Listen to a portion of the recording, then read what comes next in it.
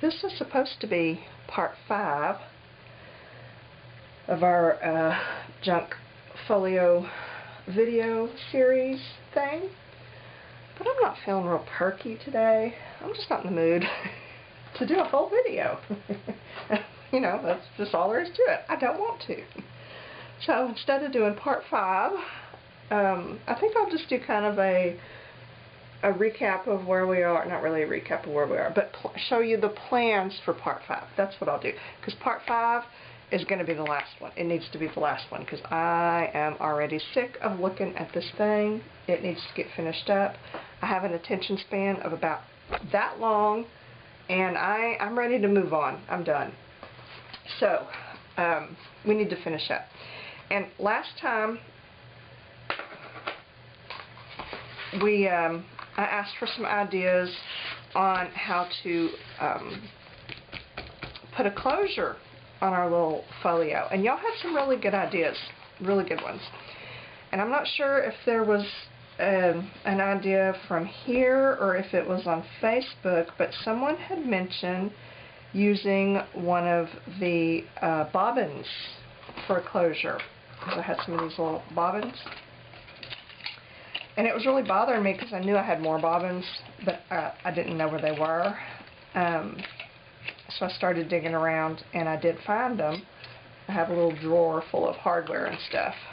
And so I had more bobbins and pieces of sewing machine, you know, some feet and other things. I don't know what they are.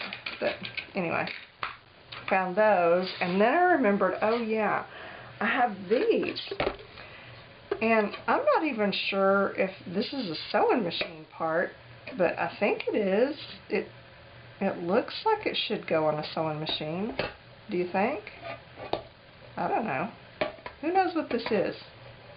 If you know what this is, tell me, because I'm not sure. I don't even know where I got it, but I've just had it for a while, and I keep it on top of this box, which is for a sewing machine. It says rotary on here, and that's about all I can read on it. And then inside, see, it's got this. Oh, see, it's old and coming apart, but I think these are sewing machine pieces. Maybe. I don't know. I don't know what it is. I don't know where I got it. I don't know why I have it. And there we go. So anyway, I liked the bobbin idea, and I remembered this bracelet that I made a long time ago. It was just a crocheted bracelet, kind of wide, and the closure, I had used a bobbin for the closure. You know, made a little loop and it went around.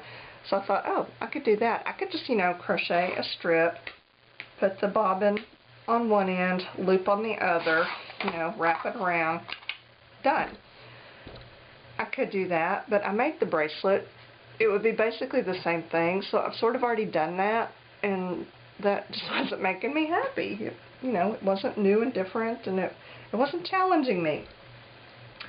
So I started thinking of other ways to use the bobbin, and I had the bracelet on my mind, so I started digging through my jewelry parts and pieces, and, you know, looking for some kind of a round thing that I could maybe put on the end of the wherever that measuring tape, you know.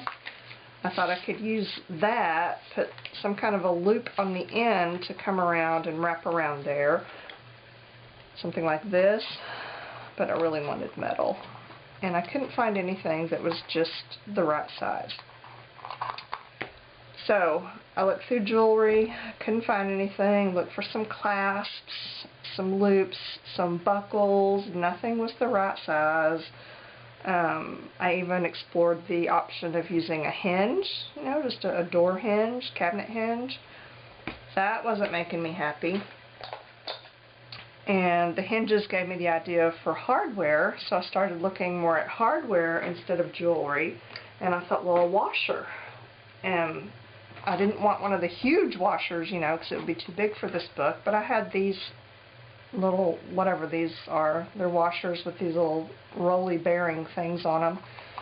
And that one you know, something like that would work. This one, of course, wouldn't fit around the deal, and that irritated me because it was just like barely too small. So I started thinking some more about different hardware, and decided that was probably the way to go, was some kind of a hardware piece, but I didn't know what, so I started pulling open more of my little drawers like this. I found this drawer full of just different kinds of springs, and I think I bought these, most of them were in a package of assorted springs that I got from the hardware store, I think. But there was one in there, this one, that looked about right, because it was thin, it was stretchy. It didn't have this thing on it, it just had the two loops on the end. And I thought, okay, this would work, because what I could do is like maybe put that around toward the middle, attach this right here somehow, this about in the middle, bring this around, and yeah, let it do like that. I liked it because this is stretchy, so if the book gets fat, this will move with it. I really, really like that. Okay, attaching it was going to be a challenge. What I've got on here, this little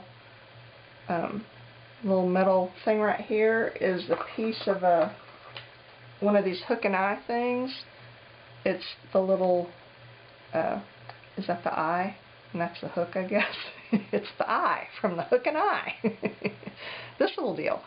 And you know, it's kind of bent around, but I was able to get that little sticking up piece of the spring around there, and this, I wanted this just basically to kind of hold it in shape like that, because this is the shape that I want, and this is really hard to just hold together and figure out how I was going to put it onto the book. You know, I figured, okay, it needs to be sewn. Gluing, yeah, that's not going to work. This is just too tiny. I explored the option of using something like brads to put in there, but I really think that sewing it on is going to make sure that it stays put and doesn't pull out. Okay, pulling out. This is going to be an issue, or it is for me, because, you know, this is paper. This is going to be pulled on a lot. So, even though this folder is kind of thick, I'm still kind of concerned about it pulling, so I thought, alright, it needs something reinforcing along here. And then I remembered my rickrack trim thingies. And this yellow one, I had this together, there was just this one short piece of yellow, so I pulled it off, thinking, well, maybe I could put it right here, and then sew through it like that.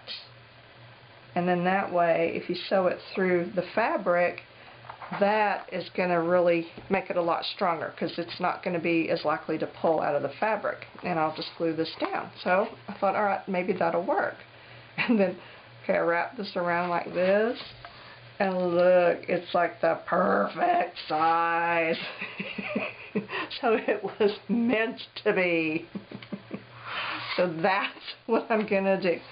Glue this around, and then sew this. I'm just going to get me some good sturdy thread or string or something, and go through those loops and just sew it like a button onto here on the outside, because I want it sewn down through this. You know, I mean, it would look nicer to put it underneath, but that would defeat the purpose of the fabric. I want it sewn into the fabric so that it won't be as likely to pull through the paper.